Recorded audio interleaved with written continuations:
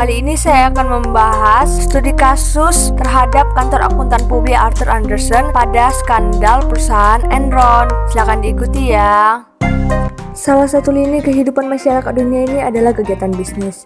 Kebutuhan hidup masyarakat dunia tidak mungkin terpenuhi tanpa adanya kegiatan bisnis. Dalam 10 tahun terakhir, cukup banyak tragedi kehancuran bisnis yang terjadi di dunia. Tragedi-tragedi tersebut memberi dampak penderitaan yang cukup signifikan pada kehidupan masyarakat luas dan tak sedikit korban yang banyak berjatuhan.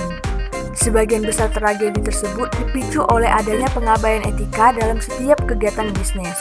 Singkatnya, pengabaian etika adalah dilakukannya suatu kegiatan yang dianggap benar oleh para pengambil keputusan, namun membawa dampak merugikan atau dianggap salah oleh pihak lain.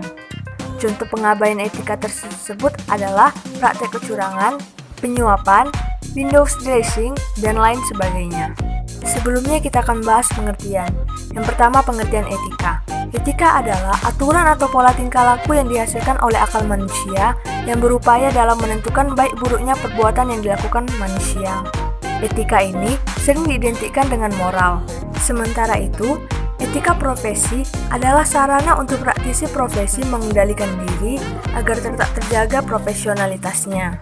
Dengan etika profesi, maka praktisi diharapkan melaksanakan tugas profesi berdasarkan kecintaan dan tanggung jawab profesi, bukan karena tuntutan hukum ataupun karena kehilangan reputasi ataupun nama baik. Nah, di video saya kali ini saya akan membahas tentang kasus etika profesi. Dan salah satu kasus yang menarik saya pilih adalah kasus pada perusahaan Enron yang melibatkan kantor akuntan publik bernama Arthur Andersen. Kantor akuntan publik ini ikut melakukan kecurangan laporan keuangan pada perusahaan Enron. Enron Corporation adalah sebuah perusahaan yang bergerak dalam bidang energi yang bertempat di Amerika. Enron ini telah berdiri sejak 1985. Namun pada 2 Desember 2001, Enron telah pilot, yang merupakan kebangkrutan terbesar dalam sejarah di Amerika Serikat. Yang mana hingga tahun 2001, Enron telah menjadi perusahaan paling inovatif di Amerika selama 6 tahun berturut-turut. Enron ini sendiri merupakan penggabungan perusahaan antara perusahaan Internorth, yaitu penyalur gas alam melalui pipa, dengan Houston Natural Gas. Keduanya bergabung pada tahun 1985. Bisnis inti Enron bergerak dalam industri energi, kemudian melakukan diversifikasi usaha yang sangat luas, bahkan sampai pada bidang yang tidak ada kaitannya dengan industri energi, seperti future transaction, trading komoditi non-energi, dan kegiatan bisnis keuangan. Enron ini sendiri adalah perusahaan pertama yang melakukan bisnis transmisi listrik dan gas alam di seluruh Amerika Serikat. Ia menghasilkan pendapatan yang besar atas bisnisnya, hingga akhirnya ia dapat membuka cabang dan memulai peran sebagai perantara kontrak gas pada tahun 1990. Diversifikasi yang dilakukan Enron diakibatkan karena adanya ketidakstabilan harga energi dan gas, sehingga banyak perusahaan yang tidak ingin menandatangani kontrak jangka panjang karena fluktuasi harga yang besar. Sehingga Enron akhirnya membeli kontrak gas berjangka 30 hari dari berbagai pemasok dan kemudian menggabungkan kontraknya untuk menawarkan harga jangka panjang kepada perusahaan utilitas lokal. Akibat besarnya fluktuasi yang terjadi, kondisi ekonomi Enron pun semakin buruk.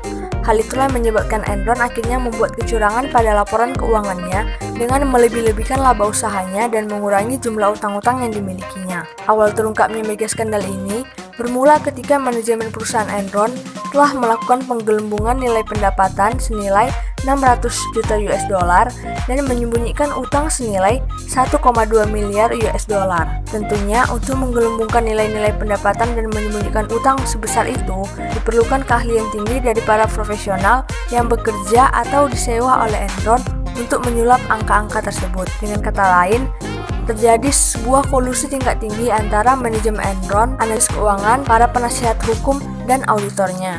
Kasus Enron mulai terungkap pada Desember tahun 2001 dan terus menggelinding pada tahun 2002 yang berimplikasi sangat luas terhadap pasar keuangan global yang ditandai dengan menurunnya harga saham di berbagai bursa efek di belahan dunia. Hingga pada akhirnya, dikarenakan pendapatan ekstrim yang didapatkan perusahaan Enron akhirnya terpaksa mengajukan pilot pada tanggal 2 Desember tahun 2001.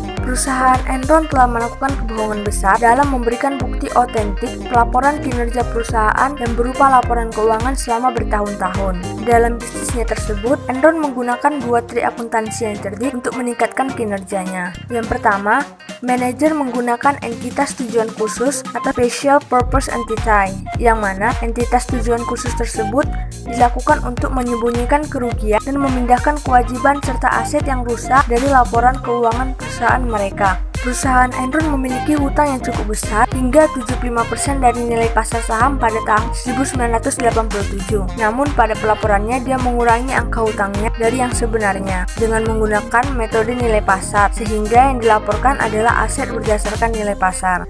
Dan trik kedua yang dilakukan oleh Enron yaitu melaporkan nilai perdagangan yang difasilitasi. Enron melaporkan nilai total perdagangan yang difasilitasi, bukan hanya biaya untuk layanan grosernya, sehingga pendapatannya bertambah yang membuat kinerja perusahaannya terlihat sangat baik dari yang sebenarnya. Pihak-pihak yang terkait dalam pemalsuan laporan keuangan perusahaan Enron yang dengan sengaja melakukan penipuan kepada para investor adalah manajemen perusahaan itu sendiri, analis internal perusahaan, para penasihat hukum, dan tentunya pihak eksternal auditor. Selanjutnya kita akan membahas kasus perusahaan Enron mengenai teori etika yang digunakan. Kode etik yang pertama yaitu teleologi. Penjabaran mengenai teori teleologi ada pada utilitarianisme. Dalam hal ini, efek negatif atau berbahaya dari pengambil alihan yang tidak bersahabat mungkin diabaikan, karena jelas manipulasi keuntungan yang dilakukan oleh perusahaan Enron hanya dilakukan untuk tetap menarik investor, namun tidak memikirkan efek apa yang akan terjadi setelahnya. Kerugian di semua pihak. Kode etik kedua adalah deontologi. Dalam kasus perusahaan Enron, sama halnya dengan pihak akuntan publik Anderson maupun para manajemen keuangan dan yang lainnya, yang mana mereka termotivasi bertindak apapun yang membuat mereka mendapatkan keuntungan yang besar, sehingga yang seharusnya menjalankan perusahaannya sesuai dengan kode etik, namun dalam pelaksanaannya mereka menjadi tergiur oleh keuntungan mereka, termotivasi bertindak apapun yang membuat mereka mendapatkan keuntungan yang besar tanpa menghiraukan kode etik yang seharusnya mereka laksanakan. Pada kasus ini, objek yang saya ambil adalah pada kantor akuntan publik Arthur Andersen. Kode-kode etik apa saja yang dilanggar? Yang pertama, integritas. Jelas saja di sini kantor akuntan publik Arthur Andersen berintegritas dalam melakukan pengauditannya terhadap perusahaan Enron. Mereka malah ikut membantu Enron dalam melakukan kecurangan pada laporan keuangannya.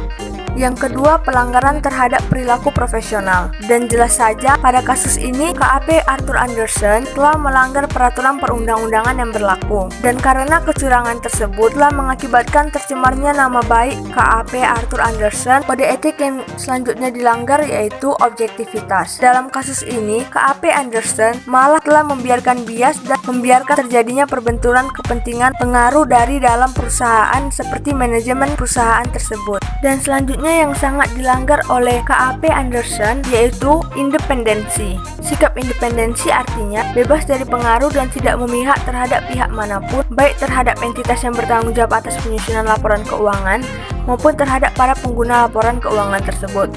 Namun dalam kasus ini, KAP Andersen telah memihak perusahaan Enron dengan menutupi hasil auditnya terhadap laporan keuangan perusahaan Enron. Lalu, ancaman-ancaman apa saja yang terjadi pada skandal perusahaan Enron? Yang pertama, ancaman advokasi.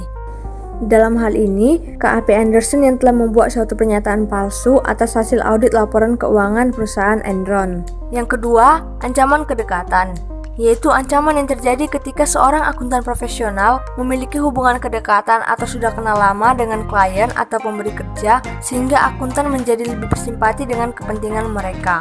Selanjutnya, pengamanan yang dapat atau mungkin dilakukan untuk menghilangkan atau mengurangi setiap ancaman yang mungkin dihadapi oleh akuntan publik, dalam hal ini KAP Andersen. Yang pertama, pengamanan yang diciptakan oleh profesi, undang-undang ataupun pemerintahan, yaitu berupa standar profesi, peraturan mengenai tata kelola perusahaan, pemantauan dan prosedur disiplin dari organisasi profesi atau regulator, dan keempat, review eksternal oleh lembaga-lembaga yang memiliki kekuatan hukum. Pengamanan yang kedua yaitu pengamanan dalam lingkungan kerja. Lingkungan kerja yang dimaksud adalah lingkungan kerja pada perusahaan Enron akibat dari perbuatan mereka tersebut. Yang pertama, sanksi terhadap perusahaan Enron. Akibatnya, Enron Corporation bangkrut dan harus membayar utang serta ganti rugi sebesar 50 miliar US dollar. Bukan hanya itu, harga saham Enron juga ikut anjlok hingga 26 sen.